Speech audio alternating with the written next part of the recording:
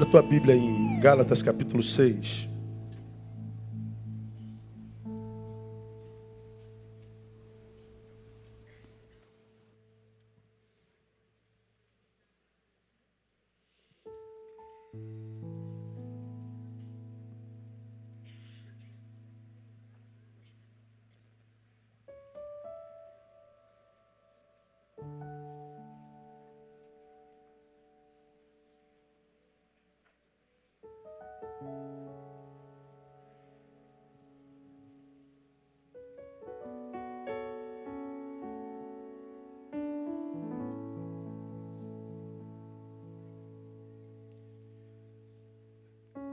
Gálatas capítulo 6, nós vamos ler somente o versículo 2.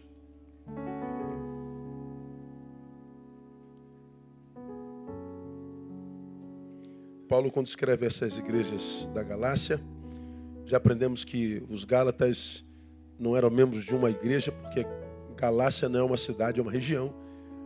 Acredita-se que a carta aos Gálatas é uma carta escrita, portanto, a uma região, igrejas de uma região inteira, e não só uma igreja só como a de Éfeso, de Filipo, a de Roma, coisas assim, não é? E para essas igrejas da Galácia, uma das palavras, das muitas palavras direcionadas a elas, que Paulo compartilha com elas, é a do versículo 2, que diz assim: levai as cargas uns dos outros, e assim cumprireis a lei de Cristo. Vamos juntos? Levai as cargas uns dos outros, e assim cumprireis a lei de Cristo. Só isso. Então, eu tenho 50 anos de vida e estou no Evangelho desde garoto, né? Sou nascido e criado no Evangelho. Sou daquele tipo de gente que diz assim: eu nasci na igreja. Não, ninguém nasceu na igreja. Eu nasci no hospital. É verdade, eu nasci no hospital evangélico da Tijuca. Quem me trouxe a vida foi um pediatra que era médico e era pastor. Eu não tinha jeito, fui amarrado quando nascia.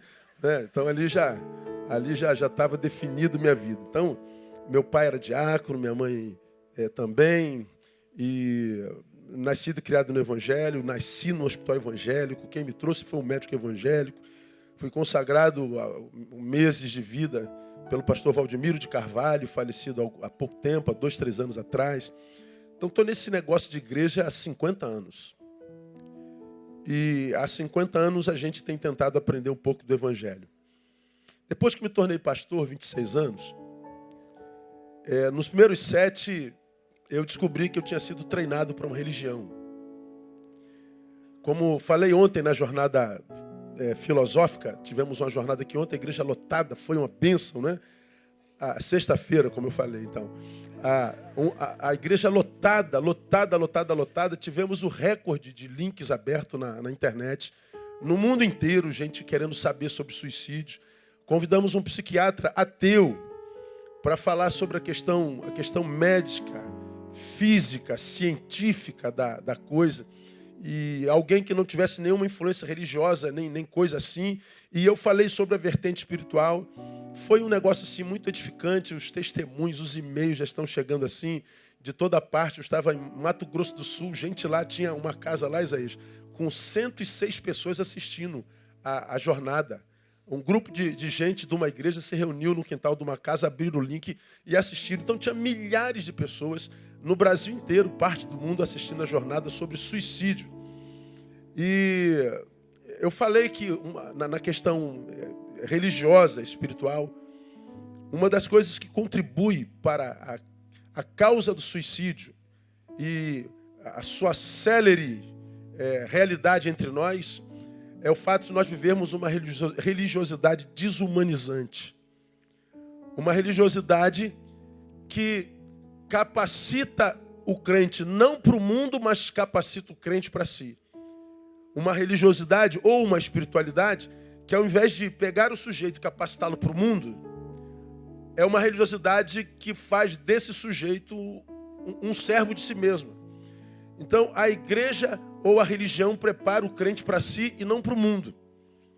E a gente, então, ao invés de ensinar o crente, o religioso, o espiritualista a ir, a gente ensina ou treina ou adestra o religioso para vir. Então ele se torna, depois do encontro com a religião, ou com a divindade, com a espiritualidade, ele se torna um especialista da religião e não da vida. Pelo contrário, da vida ele vai desaprendendo, porque ele vai viver sobre dogmas, sobre obrigações, sobre moralismos, comportamentalismos, sobre performances litúrgicas e culticas. Ele se torna um doutor nisso aqui, ó. Em 4 paredes, em letras que matam. Mas não quer dizer que ele esteja preparado para a vida. Ou seja, ele é desumanizado. Quando as dores da humanidade o alcançam, quando a dor chega, quando a angústia chega, quando a derrota chega, quando o antagonismo contraditório chega, quando a vida se lhe foge, ao invés dele estar preparado para lidar com isso, o que acontece com ele? Ele perde o controle porque imaginou que na religião ele nem passaria por isso. Porque se está doendo, Deus deve ter me abandonado. Se Deus me abandonou, eu devo ter algum pecado em mim.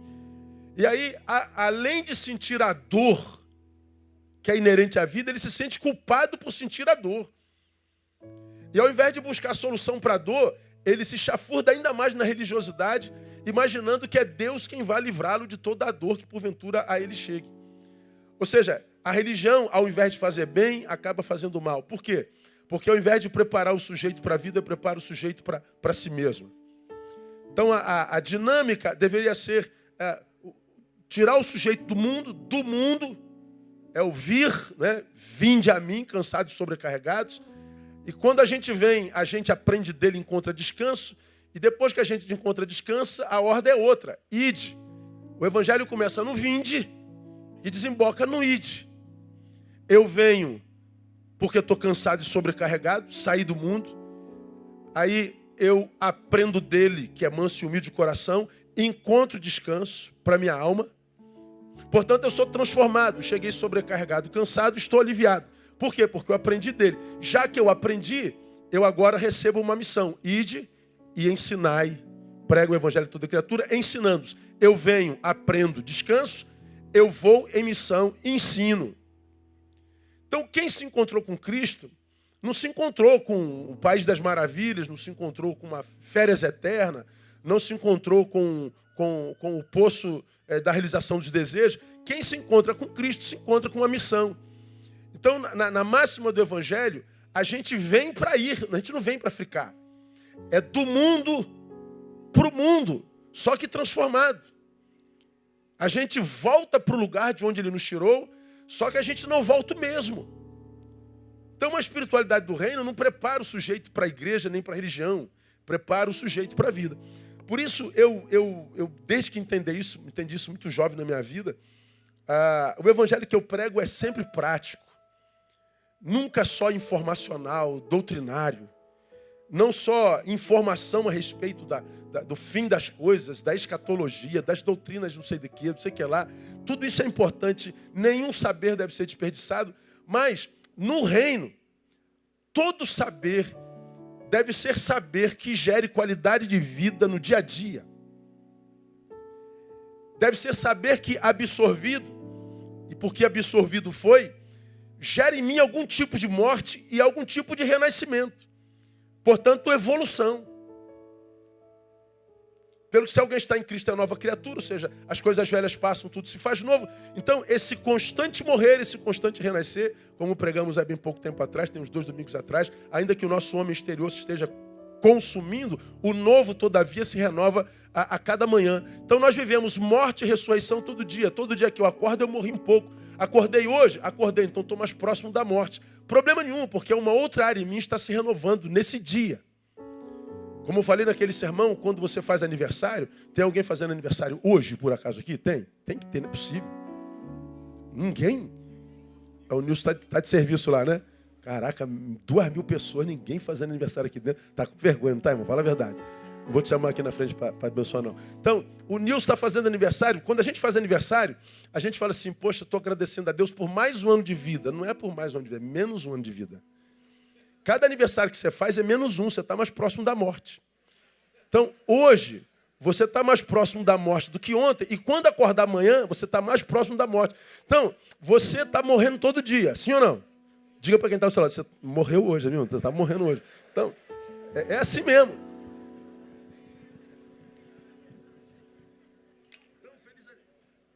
Feliz aniversário não, feliz morte. Né? Então você está morrendo todo dia. Problema nenhum. Se a área que tem primazia em mim é aquela que está se renascendo a cada manhã, está renascendo a cada manhã, está se renovando a cada manhã. De modo que todo dia eu morro e renasço. Todo dia eu morro e renasço. Quem é que aquele de quem a vida se lhe foge? É aquele que só valoriza na vida a parte que está morrendo, que é corpórea, é material.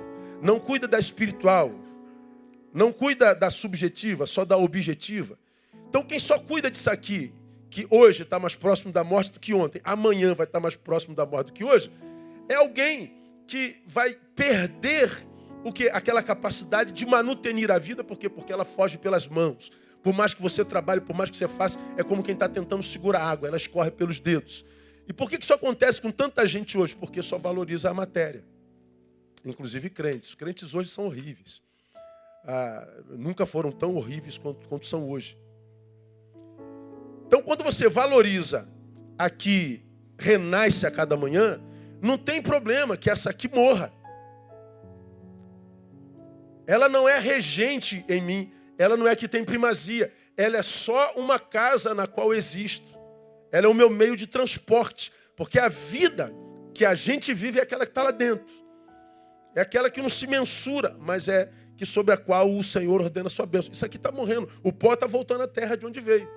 E o espírito, enquanto o corpo está caindo, o espírito está voltando a Deus, ele está sendo renovado, ele está sendo reanimado, ele não envelhece. Pelo contrário, ele amadurece, ele melhora.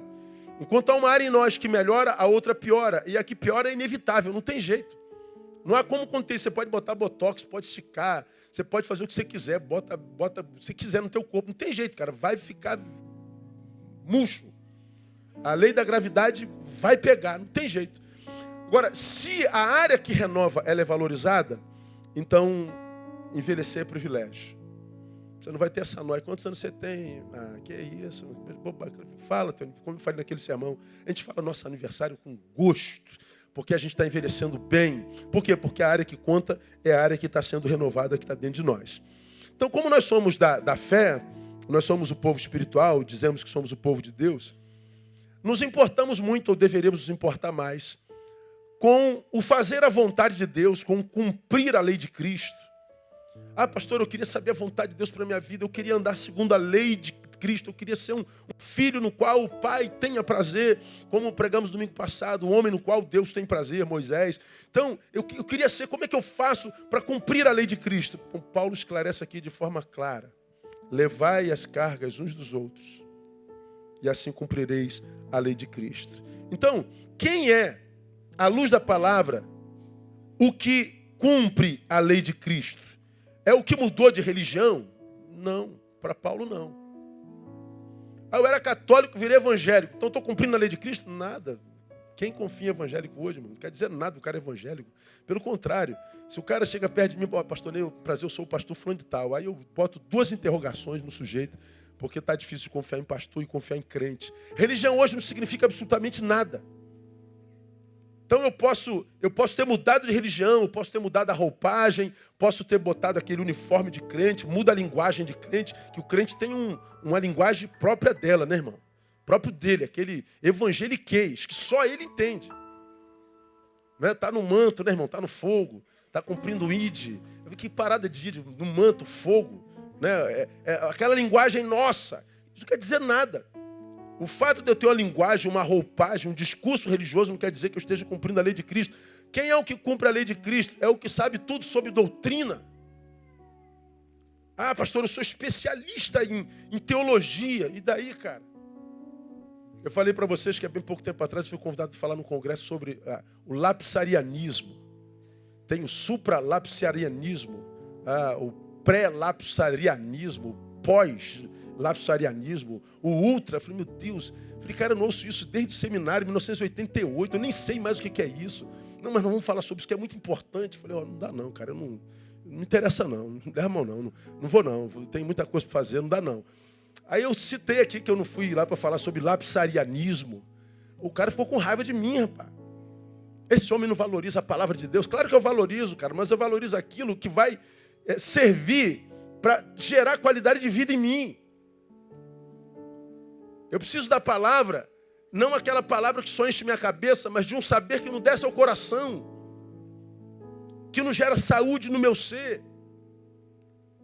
Então eu não consigo entender o Evangelho, uma palavra de Deus que não gere vida na vida, mas que só chegue à cabeça, mas que não desça esses 40 centímetros do cérebro até o coração. Se chegou aqui e encheu, mas não desceu ao coração ao ponto de produzir mudança, morte e ressurreição, cara, isso não serve mais. O tempo urge. A vida é cada vez mais difícil. Vamos falar sobre isso aqui já já. Então quem é o que cumpre a lei? É o que vive enfiado na igreja? Não é também. Você pode estar na igreja como os evangélicos do Brasil, tem culto 8, 10, 12, 14, 16, 18, 20, às 22 começa a vigília. E termina às 6 e começa o jejum da redenção total. Aí você faz o jejum da redenção total e você está... Estou cumprindo a lei de Cristo. Cumprir a lei de Cristo é vir em todos os cultos da igreja. E porque você não veio num culto, você tem que ter medo do leito. Olha o leito, irmão, a mão do Senhor vai pesar. O Senhor pode quebrar suas pernas no caminho. Você pode bater com o carro aí, irmão. E ficar paraplégico. Não falta culto, não. O cara vem desesperado. Meu Deus do céu. Meu Deus, Deus vai me castigar. Porque eu não estou... Cumprir a lei de Cristo é vir à igreja? É isso? Não, para Paulo não. Para Paulo, ele está dizendo que tem a ver com compartilhar cargas. Então quem é o que cumpre a lei de Cristo à luz de Paulo, à luz do Evangelho? Primeiro, é o que torna mais leve a vida do outro. Levai as cargas uns dos outros. Isso é tão simples. Aqui, Tom, de novo. Come on. Estou carregando uma carga aqui. Isso aqui deve pesar o quê? Uns, sei lá, 8 quilos. Se eu estou carregando 8 quilos, é possível que eu consiga chegar a algum lugar. Mas se o Tom dividir comigo, segura aqui no lado, Tom. Se eu faço isso aqui, se isso aqui tem 8 quilos, e agora o Tom divide o peso comigo, quantos quilos eu carrego? 4. Significa dizer que eu vou caminhar o dobro do que eu caminharia carregando 8 quilos. Então, o Tom do meu lado alivia a minha carga e multiplica o meu tempo de vida. Vamos imaginar que o Paulinho, poxa, posso ajudar, pastor? Chega aí, Paulinho. Aí o Paulinho quer ajudar a carregar a carga. Pega aí, Paulinho, no meio aí. Bom, eu carregava, tinha 8. Agora... depois do Tom tinha 4. E agora com a chegada do Paulinho, fica quanto? Se vira aí, irmão. Eu não sou matemático, não. Dá teu jeito aí. Sei lá, dá o quê? 2 e... Não, 2 e eu sei. Eu quero saber o outro número depois da vírgula. Hein? 266. Então a carga que me custava... me pesava 8 quilos, agora pesa 2,66 kg. É o que disseram aqui do meu lado. Se não foi alguma coisa assim. Então, vamos imaginar que eu caminhasse 4 anos carregando 8 quilos, por causa do Tom, eu agora caminho 8. Porque Paulinho chegou, agora se transforma em 12. Vem Paulo e diz assim, isso é cumprir a lei de Cristo. É tornar a vida do outro mais leve. É dividir as cargas. Não, mas e qual é a religião do Tom? Não interessa. Para Paulo não interessa. Qual é a religião do Paulinho? E não interessa não. Paulinho está tornando a minha vida mais leve. Não interessa a religião dele. Ele está cumprindo a lei de Cristo. Dá para entender isso, igreja? Amém ou não? Então, pode ficar até o final do culto segurando aí, seu caso. Brincadeira, pode sentar. Obrigado. Então, para Paulo, cumprir a lei de Cristo é tornar a vida do outro mais leve. É tornar a vida do outro mais suave. Por que a palavra diz que cumprir a lei de Cristo é tornar a vida do outro mais suave? Porque Jesus sabia que chegaria um tempo na humanidade em que a carga seria pesada demais. Viver por si só já seria um peso. E hoje viver é um peso tão grande que nós temos aí a pandemia suicídio no mundo inteiro. Gente cuja vida está tão insuportável, a carga é tão pesada que para se livrar da carga dá cabo da própria vida. Então Jesus, quando a palavra diz que cumprir a lei de Cristo é tornar a vida mais suave, É porque ele sabia que próximo ao fim, ou nas estradas da vida, chegaria momento na vida de todo mundo em que viver seria algo muito pesado por si só. Algumas pessoas me perguntam, pastor, eu não sei porque eu estou sentindo esse tipo de angústia e tal. Aí, quando nós estamos infelizes, quando nós estamos angustiados, quando a vida perde o sabor, o que acontece conosco automaticamente? Nossa mente fica como um celular buscando o sinal de Wi-Fi, só que o que a gente busca não é o Wi-Fi. A nossa mente fica buscando razão para angústia. Por que eu estou assim? Quando a gente acha uma razão para angústia, só o fato de saber porque está angustiado já arrefece o poder da angústia. Ah, entendi, é por isso que eu estou assim. É geralmente o que mostra o terapeuta. Você vai na terapia, o terapeuta ele vai pontuando, ele vai te mostrando a verdade e por que você está assim. Bom, a palavra diz, conhecereis a verdade vos libertará. Toda verdade liberta, toda. Qualquer verdade liberta a gente de alguma influência da ignorância.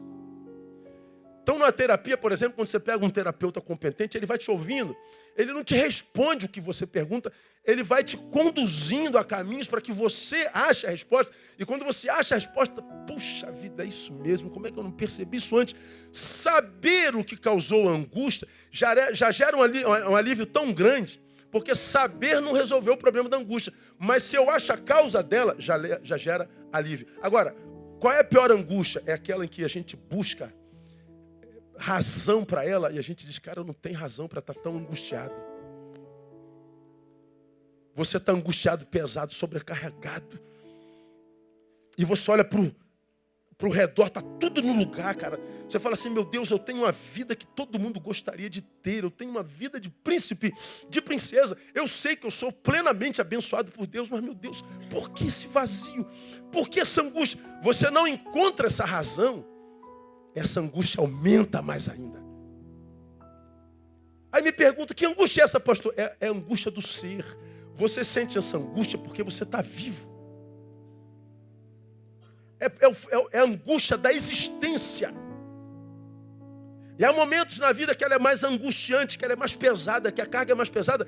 Mas chega um momento que, sei lá, você passa por um momento, por uma cronologia da tua história, que também você esquece essa angústia, mas lá na frente ela te alcança de novo. Então viver é isso aí mesmo, é carregar carga. Parece que Jesus sabia, parece não, ele sabia, que haveria um momento em que a carga, ou seja, a angústia do ser seria tão grande, que cumprir a sua lei e ser seu representante seria... torna o fardo do teu irmão mais leve. Se a tua vida for alguém que torna a vida de alguém mais leve, você pode esquecer tudo mais. Você vai estar cumprindo a lei de Cristo. Você vai estar sendo usado por Deus porque Ele sabia que a carga seria pesada e carregá-la seria difícil. Por isso Ele diz, levai as cargas uns dos outros. Então, quando ele fala sobre isso, ele fala da carga, da angústia do ser, mas fala também que seguir a Cristo não nos isentaria dessa crise, não. Você vai se lembrar de um versículo que eu já ministrei aqui, 21, 34 de Lucas. Abre aí, 21, 34 de Lucas.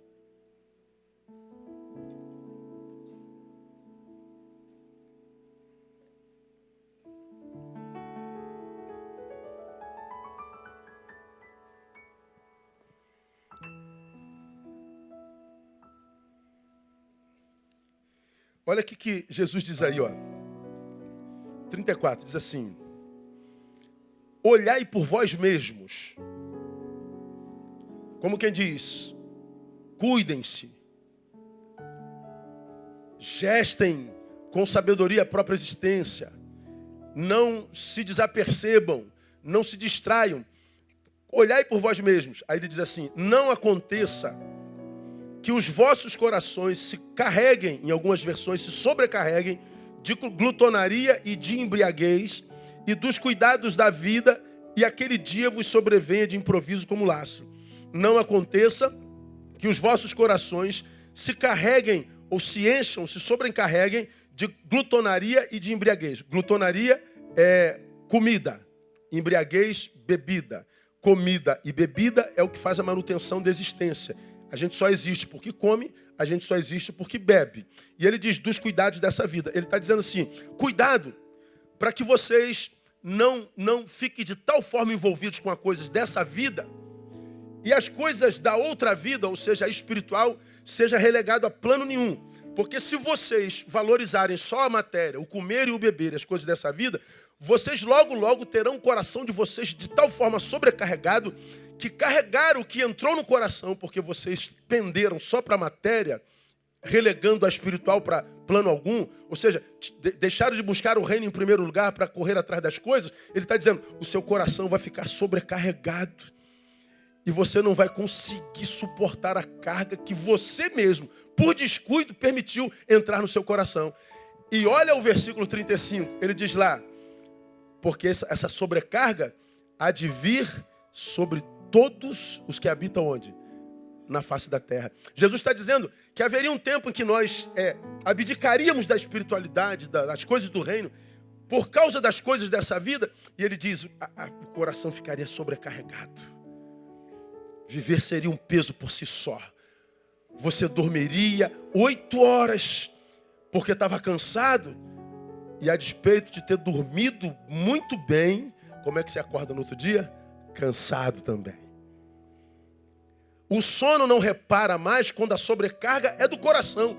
Se o problema foi porque você virou uma laje, se o problema foi porque você capinou um terreno gigante, se o problema foi só o cansaço físico, durma que você acorda bem. Mas se o problema for lá dentro, se o problema não for físico, ou seja, o físico é só lhe desemboca, mas a origem é espiritual, é existencial, você pode dormir. Dorme cansado, acorda cansado. E qual o problema de dormir cansado e acordar cansado? É porque a gente tem que trabalhar no dia que acorda. A gente vai trabalhar cansado. E a gente cansa ainda mais quando chega naquele dia no qual você acordou cansado. Chega nele, a hora de dormir, você dorme mais cansado do que a noite anterior. E embora durma a noite todinha, no outro dia você acorda mais cansado ainda. Se não encontrar descanso, você vai passar mais um dia cansado, dorme cansado, acorda cansado. Isso vira uma bola de neve. Chega uma hora que o cansaço te para. Chega uma hora que você não quer mais acordar. Chega uma hora que você começa a questionar, viver é isso mesmo? Chega uma hora que o pensamento de morte passa. Chega uma hora que a vontade de parar o barco que eu quero saltar dele, para a vida que eu quero descer dela, fala tão alto, e as pessoas estão descendo da vida mesmo, estão dando cabo da vida, achando que a vida não presta. Não é a vida que não presta, é a gestão que nós fazemos dela que é equivocada. Nós estamos por demais envolvidos com as coisas desse mundo. Estamos por demais envolvidos em ganhar dinheiro, em ostentar o dinheiro que ganha. Estamos por demais envolvidos com a nossa imagem, com o que pensam de nós, com aceitação, com tapinha nas costas, com as coisas dessa vida, que a gente relega a coisa espiritual para plano nenhum. Se segundo plano ou plano nenhum. O que acontece? Ele está dizendo, você, a despeito de ser de Cristo, vai ter o coração sobrecarregado, como acontecerá com todos os que habitam sobre a face da terra. Então Jesus está dizendo assim, o que é cumprir a minha lei hoje? Se você faz parte da geração de coração sobrecarregado, por problema de autogestão, você cumpre a minha lei dividindo a carga com alguém. Você se torna um facilitador da vida. Você se torna um multiplicador da vida daquele cuja vida se tornou insuportável. Agora, do que Jesus fala aqui? Para que você cumpra a minha lei, ou seja alguém que divida a carga com o teu semelhante, você tem que ser um bom gestor de si mesmo. Porque essa sobrecarga vai vir sobre toda a carne que habita a face da terra. Então, se você que está aqui é desse que diz, pastor, eu não sei o que está acontecendo comigo. Angústia, vazio, cansado, as coisas vão perdendo sentido. Aquilo que ontem te dava tanto sabor, hoje o sabor é menor. E você percebe que as outras coisas que davam sabor também estão perdendo sentido. Você vai se isolando. Não tem jeito, nós vamos nos guetizando. Nós criamos o nosso mundinho e vamos nos isolando. Por quê? Porque a vida vai perdendo sabor. Vai vir sobre toda a face da terra. Então o que Jesus está falando aqui para nós nessa noite? Se você quer cumprir a lei de Cristo, porque você ama Cristo, já entregou a tua vida a Cristo. Se você quer uma vida que seja vida cheia de vida até o final da vida, você não pode sucumbir a esse cansaço que quase que te empurra para a solidão e para o isolamento. Eu não descanso me isolando. Eu descanso trabalhando. Eu descanso continuando a ser útil. Eu não me canso, eu não descanso me autopreservando. Eu me canso trabalhando certo. Estabelecendo valores e princípios na minha vida para que eu não descambe para um trabalho que não gera plenitude nunca. Porque o que eu tenho visto hoje com muita frequência? Como pastor, a gente tem muito jovem na nossa igreja. A gente vê gente pedindo oração o tempo inteiro. Pastor, eu vou fazer um concurso. Ora por esse concurso. Pastor, eu vou fazer um concurso. Ora por esse concurso. E o que a gente está vendo com muita repetição? O moleque passa no concurso. Passou no concurso, é nomeado. Então ele está aqui, ó, no lugar do sonho. Pastor, muito obrigado, vou dar um culto de ação de graça. Eu estou no lugar do meu sonho. Pois é, poucos anos se passam, quando chega anos, que esse lugar de sonho se transforma em lugar de castigo. Ontem era um lugar com o qual você sonhava assim, ó, desesperadamente. Hoje é quase um lugar do qual você quer se livrar.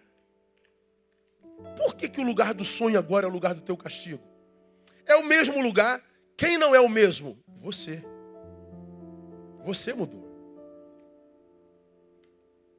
E se você parar para pensar, esse lugar, essa coisa que você faz, olha, e que te remunera bem, é alguma coisa muito útil, pertinente, que é o lugar do qual, a coisa da qual, a pessoa da qual, a condição da qual você agora quer se livrar. Ontem era sonho, mas hoje você quer se livrar, mas não tem jeito.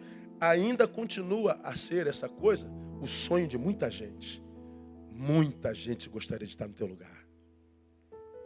Você já esteve no meio dessa muita gente que já quis estar nesse lugar. Hoje você está, mas por alguma razão, esse lugar não mais te locupleta, te dá prazer.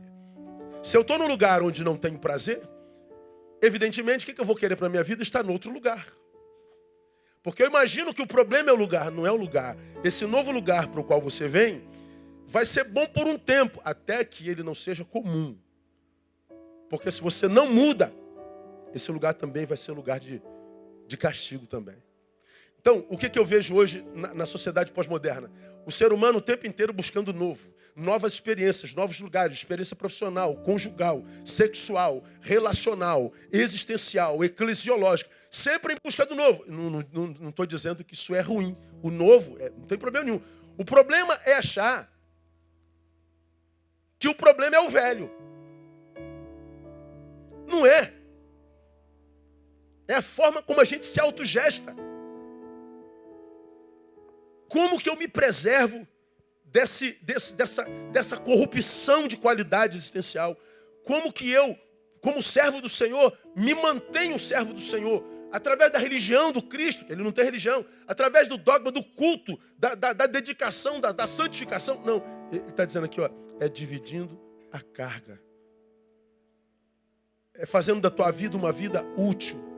Uma vida que não é vida só para si mesmo. Quando eu falo disso aqui, eu não tenho como me lembrar, né? Cristo está dizendo que ele não nos isenta de cansaço.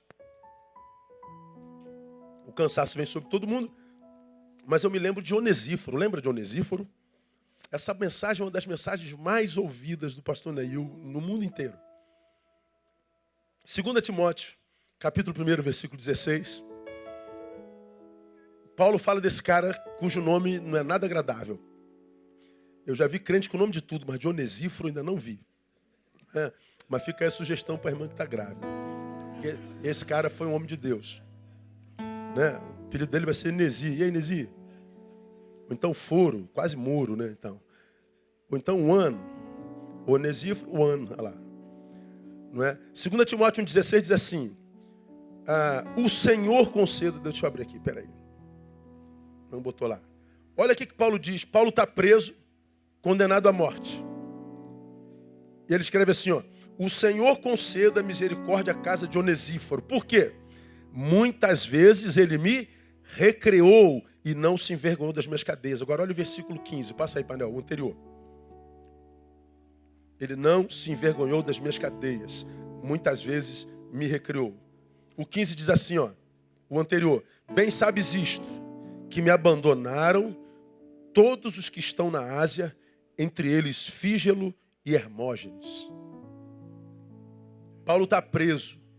Enquanto ele era o cara, todo mundo com ele. Foi preso, todo mundo abandonou. Mas ele diz, Onesíforo não. Onesíforo, que o Senhor abençoe a casa de Onesíforo.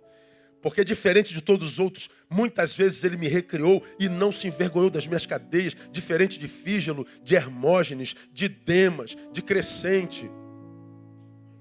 Onesíforo não, ele me recriou. E essa palavra, você se lembra disso? A palavra recreou lá no grego é a palavra nepsuxen, cuja raiz é nepsuko, que traduzido literalmente refrigerou a minha vida. Refrigerar no grego é reviver mediante ar fresco. Paulo está dizendo, eu estou numa cadeia, eu estou sob grilhões, eu estou condenado à morte, eu estou abandonado, eu estou sozinho, eu estou com o meu futuro confiscado, eu não tenho amigo nenhum do meu lado, mas quando Onesíforo chegava, aquele inferno existencial no qual eu estava, quando ele chegava, era como se o ar refrigerado fosse ligado. O ar-condicionado foi ligado. Onesíforo transformava a minha cadeia num lugar suportável. Onesíforo dava sentido à minha vida. Quando ele chegava, ele dividia a carga comigo. Onesíforo recriou a minha vida, refrigerou a minha vida. É disso que Paulo está dizendo, que cumprir a lei de Cristo não é conhecer dogmas, não é cumprir liturgias, não é frequentar só culto, não é ser esse santarrão metido a besta, mais crente do que Jesus, mas cujo lábio não produz palavra nenhuma de graça. Para Paulo, fazer a lei de Cristo, cumprir a lei de Cristo, é ser onesíforo para alguém, é tornar o ar refrigerado, é dividir a carga uns com os outros, é facilitar, é suavizar a vida do nosso semelhante. Agora, hoje, cara, por que a gente foge uns dos outros? Por que a gente busca a solidão? Porque o outro é só carga maior. Cada encontro nosso parece que é um pedaço de nós que vai embora. Pessoas que nos roubam da gente, diria Padre Fábio de Mello, né? Gente que só vem para a nossa vida para gerar mais carga, acusação. Só vem da nossa vida para tirar nossa alegria, mais peso. E a gente só se decepciona, a gente só se frustra. E aí, para se autopreservar das frustrações e da dor, a gente acaba se isolando. Só que essa isolação, que é autopreservação, é também um suicídio processual. Você está se matando, porque fazer a vontade de Deus não é se isolar do que te machucou.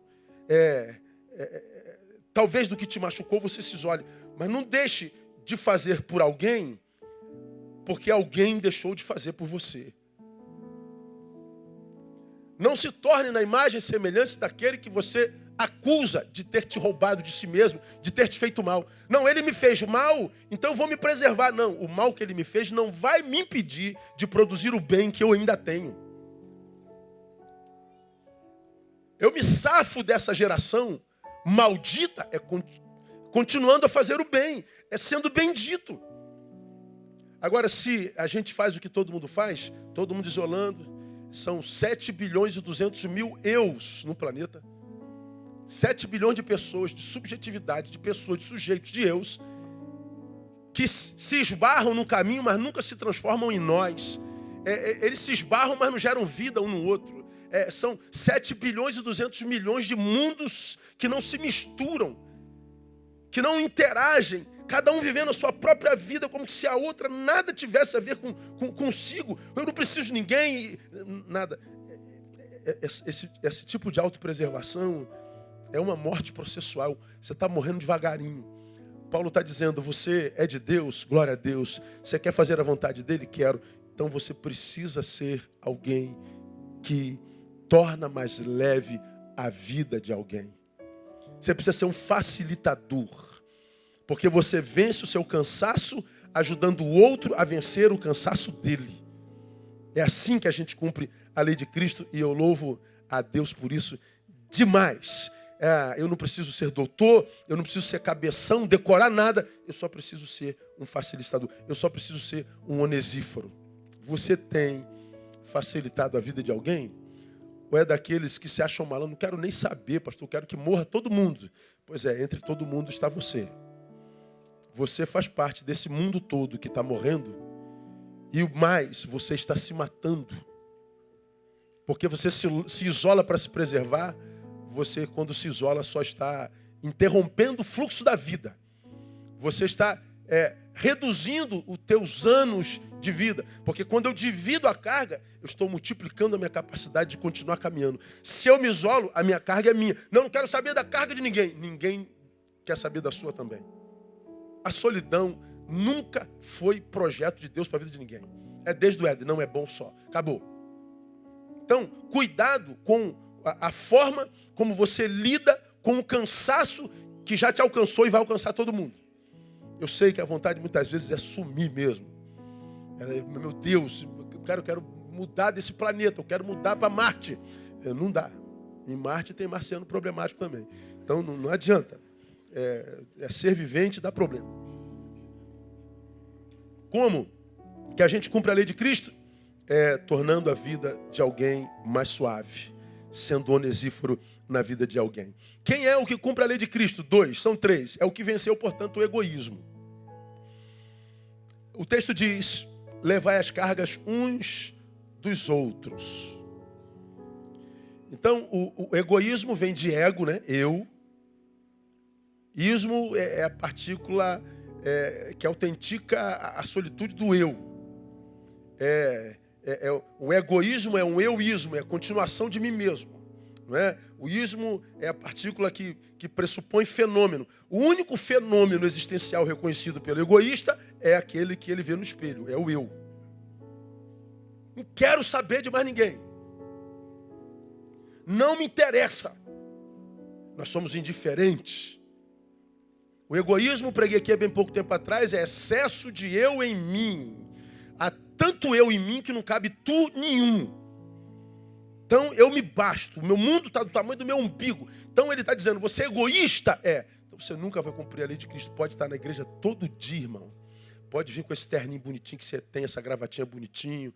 Pode dar o teu glória a Deus bem alto. Toda vez que o pastor falar uma palavra forte, dá um glória bem alto. Bate com o pé no chão, como quem diz, é fogo. Manda fogo para todo lado.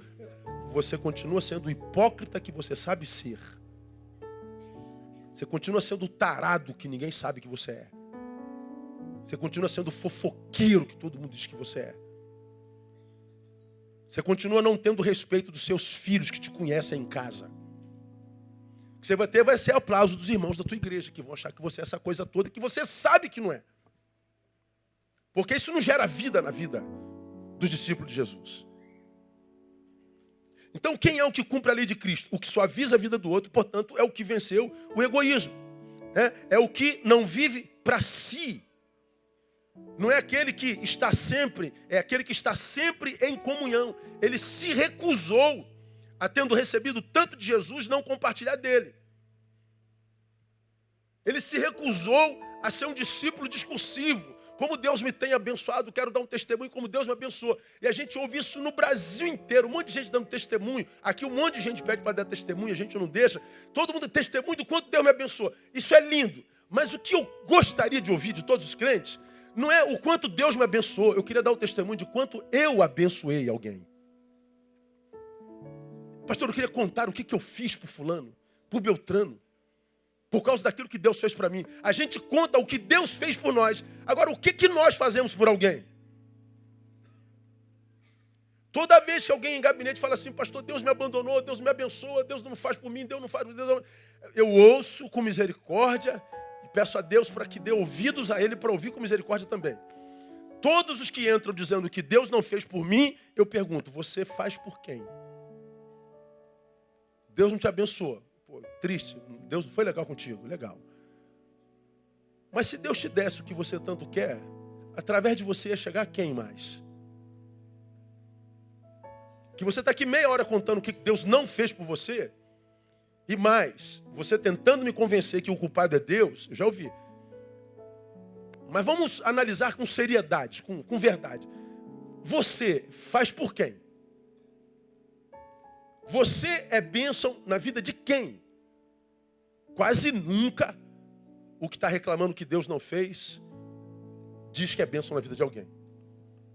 E nós somos doutores nisso aqui. Você já aprendeu que quando a gente fala em bênção na Bíblia, qual é a resposta? Bênção, ter ou ser? Ter ou ser? 1 ou 2? Ser. Abençoado não é quem tem, é quem é. Agora fala a verdade, quando se fala em bênção na igreja evangélica, estamos falando de algo que nós queremos ter ou de algo que nós queremos ser? Ter. Responda para si, quando é que o crente faz jejum? Porque ele quer uma bênção grande demais. Quando é que o crente faz campanha, sobe monte? Porque ele quer uma bênção grande demais. Para quem? Para ele ou para alguém que ele ama. Então eu subo o monte e digo assim, eu tenho muita fé de que Deus vai me abençoar. Ah, sim, eu acredito. Você acha que tem fé porque subiu o monte. Agora, quem é o beneficiário da sua fé, além de você mesmo? Deve ser o marido, o filho, a esposa. Ah, estou numa campanha de 40 dias de jejum. Legal, o que você está querendo, irmão? Ah, eu quero passar naquele concurso. Aí. Ninguém faz jejum sem desejar tirar algo de Deus. Ninguém sobe um monte sem tentar tirar algo de Deus. A gente intensifica a nossa espiritualidade porque a gente está atrás de alguma matéria. É um desejo materialístico travestido de espiritualístico. Isso é um desrespeito à inteligência de Deus. Deus do alto diz, Neil, agora você só está se jejuando porque você descobriu que está com uma enfermidade grave, né? Quando você estava com saúde, você nem orava, cara. Agora você está com uma enfermidade grave, teu casamento está acabando, você está no monte todo dia. Nunca te vi por aqui. A gente intensifica a nossa espiritualidade, imaginando que através das nossas práticas culticas, litúrgicas, de campanhas, nós nos santificamos e nos tornamos merecedores da graça de Deus. E a gente não entende que se eu me torno merecedor já não é mais graça, porque graça é favor imerecido. Se eu mereço a graça, não é mais graça, é dívida de Deus para comigo. Se Deus te deve alguma coisa, Ele não é Deus porque Ele não seria justo, porque Ele é caloteiro. Vivemos uma prática espiritual toda equivocada, mas aplaudida pelos crentes. Você acha que é mais santo porque sobe monte, você acha que é mais santo porque faz jejum. Mas não entende que quando você faz isso, geralmente, porque você está atrás de uma coisa. Ou seja, eu estou buscando mais a Deus por causa de mim, egoísta. Eu não estou buscando a Ele por causa da presença dEle, intimidade. Eu quero as suas bênçãos. Egoísmo. Agora, quando a minha intenção é dividir a carga de alguém, eu não estou pensando em mim, estou pensando nele. Isso é uma solidariedade, isso é a materialização do amor, isso é graça. Eu não sei quem é ele, eu não sei se ele merece, mas a Bíblia diz que eu cumpro a lei de Cristo quando eu divido a carga de alguém. Carga de quem que você divide?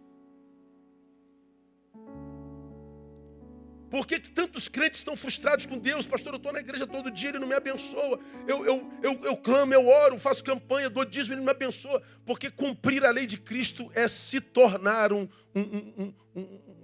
alguém que torna mais suave a vida de alguém. É alguém que venceu o egoísmo. É o que está sempre em comunhão. É o que está com os outros, mas não só em busca de prazer, mas em busca de utilidade. As nossas relações hoje humanas são quase todas em busca de prazer.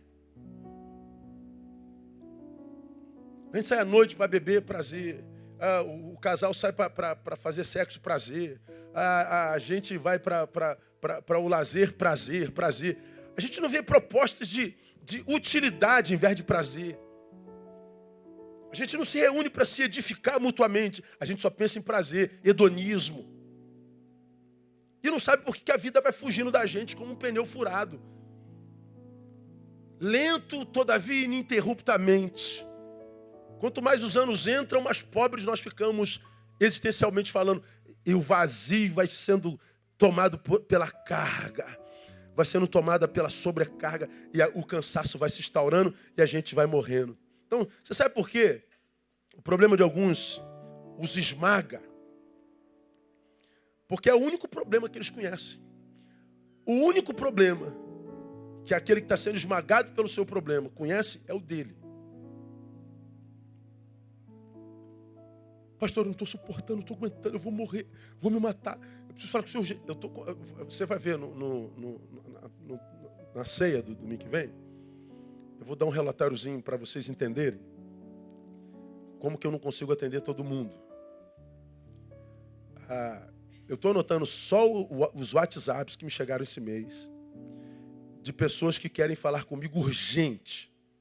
Até hoje de manhã foram 411 pessoas em um WhatsApp. Se eu atendesse 24 horas por dia, 1 hora cada pessoa, eu não daria conta de atender tanta gente. Fora os que ligam para a secretaria, fora os que falam comigo pessoalmente, vêm aqui na fila, é a mãe do irmão, a tia da irmã, o professor dele, o chefe dele, o patrão dele, o filho dele. Então, só por WhatsApp, 411 pessoas querendo, isso até hoje de manhã. Vamos esperar até o dia 31, que é amanhã. Como que a gente não dá conta de gente que está o quê? Sobrecarregada, gente que está querendo alívio, gente que está desesperada. Quem são, geralmente, ou qual é o perfil daquele cujo problema esmaga e ele adoece mesmo?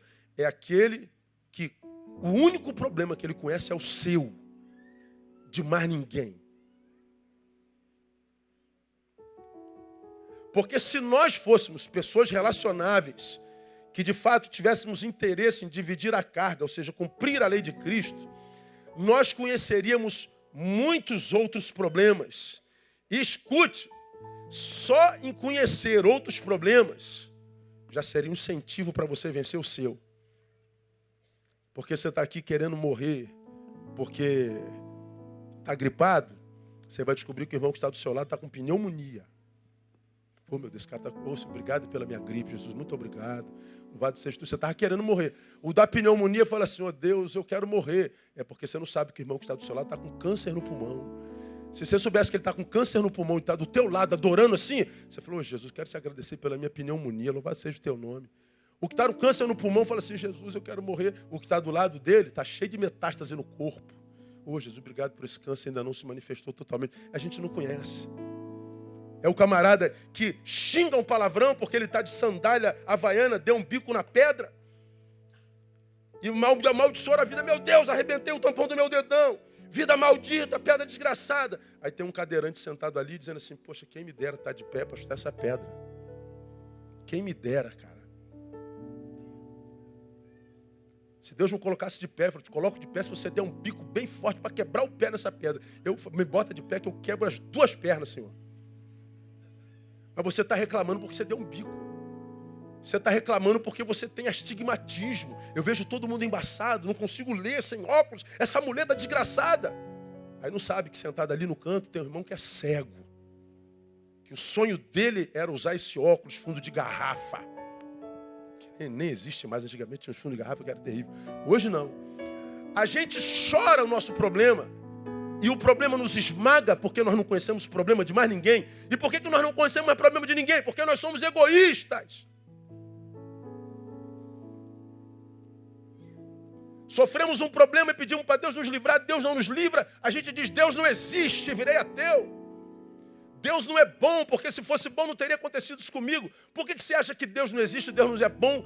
Porque não aconteceu o que você queria. Bom, não aconteceu contigo, mas do lado do teu banco aí, tem um irmão a quem Deus abençoou demais. Ora, se Deus não presta porque não aconteceu contigo, o que Deus é se aconteceu com o irmão que está do teu lado? Deus é bom ou é mau, afinal de contas? É porque nós somos tão egoístas que achamos que Deus é ou deixa de ser em função do que acontece comigo. Como se eu fosse, de fato, o centro do universo. Nós não somos, irmão. Deus é bom. E a sua benignidade dura para sempre. O problema é que as nossas posturas na vida quase que impedem a Deus de agir. Quem é que cumpre a lei de Cristo? É o que está na igreja, de terninho e gravata? É o que vem em todos os cultos? É o que dá oferta? É o que conhece as doutrinas? Não, é o que venceu o egoísmo. É o vídeo de Manari. 52 irmãos. Feriadão. Alguns, porque vão passar alguns dias, pediram dispensa no trabalho. Vão ser descontados no trabalho. Mas eu não abro mão de ir para Manari. Isso é cumprir a lei de Cristo. É ver o quanto que o Senhor tem feito para abençoar essa comunidade e usar essa igreja para abençoar o Brasil e dizer, eu não posso ficar fora desse negócio, eu já tenho demais. Não, alguns não se mexem. É assustador. O que é cumprir a lei de Cristo? É o que torna a vida mais leve, é o que venceu o egoísmo. Termino. é o que está, portanto, na vida em missão.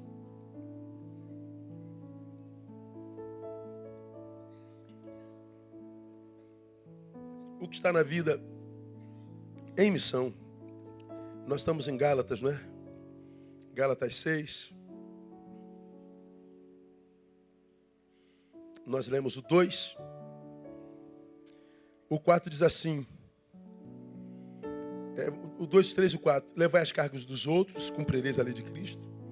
Pois se alguém pensa ser alguma coisa, não sendo nada, engana-se a si mesmo. Aquele pessoal que come sardinha, rota o quê? Caviar, conversa fiada. Então, ele acha que está enganando a todo mundo. Não, está enganando a si mesmo. E está reconfigurando a sua questão paternal, né? Porque o pai da mentira é o diabo. Mas no versículo 4 diz assim: mas prove cada um a própria obra, e então terá motivo de glória somente em si mesmo, e não em outrem.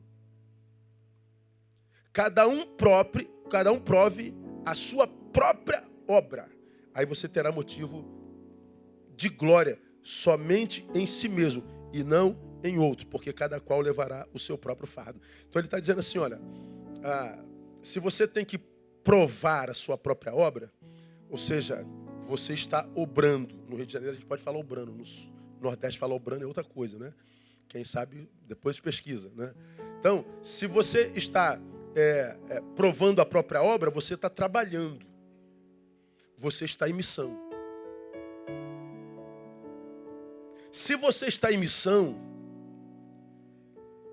a tua obra, porque agora vista, você construiu, ela vai ser um testemunho, ela vai ser um tótem para a vida, de que você não está no mundo só como a maioria dos pós-modernos a passeio. Porque me espanta na pós-modernidade como que essa geração desperdiça a vida em torno do nada. Como que a juventude joga a vida fora assim, ó, no ralo com amizades que não vão contribuir em nada. Hoje eu estava vendo no jornal, tumulto lá no centro da cidade, de seguidores do Donald Trump e da Hillary Clinton. Não, é no Brasil, irmão, não é lá não, é aqui. Aqui. Aí estava lá a briga dos defensores do Donald e a polícia dissipando o povo e nego brigando e levando um cacetado da polícia. Aí eu falei assim, não estou acreditando. Eles estão brigando por causa do bilionário Estados Unidos, é isso mesmo? Pode jogar aí, joga no Google que você vai ver. Nego levando cacetada, discutindo por causa da campanha eleitoral. Como se o Rio de Janeiro tivesse muito bem de candidato, né? Nós estamos muito bem, o próximo prefeito, a gente está feliz. Eles estão brigando por causa da Hillary e do Donald Trump. Meu Deus, gente. Aí me dá vontade de ser aquele policial com cacetete na mão. Para dizer, toma vergonha na tua cara, cara. Você não tem um projeto na vida, não, cara. Aquele bilionário te odeia, seu mané. Se você for para o país dele, ele falou que vai botar você para fora como imigrante, seu imbecil. Você está lutando pela causa da disputa presidencial nos Estados Unidos. Que causa é essa? Que sangue é esse que você está dando? Pelo quê? No que você envolveu a tua vida? Teu saber, teu tempo, teu dinheiro. No que a tua vida está envolvido? Pensa bem. Aí eu vejo gente lutando por causas, meu Deus. Como é que você faz isso consigo? Como é que você entra nisso? Que causa é essa? Que projeto é esse no qual você está? O que é que você está pensando colher daí? Onde você planeja estar daqui a 5 anos? Bom, ele não planeja em nada. Está aí as escolas sendo ocupadas pelos secundaristas brasileiros. Aí tem um cara de um blog que foi na escola em Curitiba, que são mais de 1000 escolas, contra a PEC 241. Aí está aquela brigalhada toda. Aí o cara falou assim, eu posso fazer uma pergunta para você? Perguntou para a menina de 6 anos. O que é PEC? Não, a PEC 241, que foi eleita. Não, tá bom, mas o que é PEC? PEC. Aí falou, não sei o que é PEC. Não sabe. Ocupação da escola. Explique o que é PEC. Não. Os professores fazendo a cabeça, fazendo lavagem cerebral, eles estão lutando por uma causa que eles nem sabem o que é. O cara ficou lá enchendo o saco, agrediram o cara, botaram ele para fora. Por quê? Porque o cara provou para eles que eles estão lutando por uma causa que eles nem sabem o que é. É porque todo mundo entrou e, meu Deus, aonde é que você está investindo a tua vida, o teu tempo, o teu talento? Em qual causa você está envolvido? Bom, se a tua vida não está em missão, você pode estar na igreja todo dia mesmo, você pode subir monte, você pode orar. Se a tua vida não se justifica, você está longe do caminho de Deus. Se tua vida não é ponte para lugar nenhum, não liga lugar nenhum a coisa nenhuma, você não tem nada a ver com Deus. Então alguns querem que Deus abençoe. Mas por que Deus abençoaria se você não está no mundo em missão? Você está no mundo a passeio. Você só quer badalar. Você só quer zoeira. Desculpa a palavra, só quer sacanagem. A vida é um grande playground. Não é um grande playground. Aqui é uma selva. E a gente precisa estar capacitado para ela, porque a gente tem que matar um urso e um leão todo dia. Não adianta eu ficar sentado no meu quartinho, me sentindo abandonado, mal amado, injustiçado. Ninguém se preocupa mais com isso, gente. Ou a gente cai dentro da vida na unção do Espírito Santo de Deus, ou a vida foge da gente. E o que fica é esse cansados, esse enfado. Você está na vida a passeio ou em missão? Porque só quem está em missão tem direito ao sábado, que é o dia do passeio e do prazer. Porque se na sua vida só tem sábado, não espere que Ele abençoe o fruto do seu trabalho.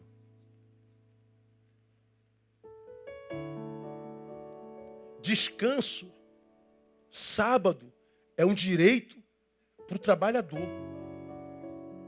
Se você não está em missão, não encontra descanso em lugar nenhum. Aí vai viver o que se vive. Depois de cada lazer, o que sobra no outro dia é ressaca. O que sobra no outro dia é vômito, ausência de vida, angústia. Fui me divertir, mas um pedaço de mim ficou lá e eu volto mais pobre de mim mesmo. Me encontro com a minha realidade maldita, eu preciso de outra dose de lazer, de prazer. Aí eu vou para outra noite, para essa balada. Aí aqui eu esqueço, estou chapado. Mas depois que passa o efeito da coisa, você volta para a sua angústia de novo. Aí você tem que buscar outra coisa para se divertir. Mas passa o efeito, volta para a tua angústia de novo. Você não tem a alegria do estar. Precisa estar fazendo o tempo inteiro para não se encontrar consigo, porque quem para pensa, quem pensa sofre. E a bênção de Deus é bênção de Deus que gera prazer no sábado, no descanso, na inércia. Você consegue botar a cabeça no travesseiro e dormir. Você consegue ter aquela paz que diz a palavra, excede todo entendimento. Não era para ter essa paz, cara. O mundo está em um inferno. Como é que você pode ter essa paz? Eu não sei, mas eu tenho. É obra da graça e do sacrifício do Cristo Jesus de Nazaré.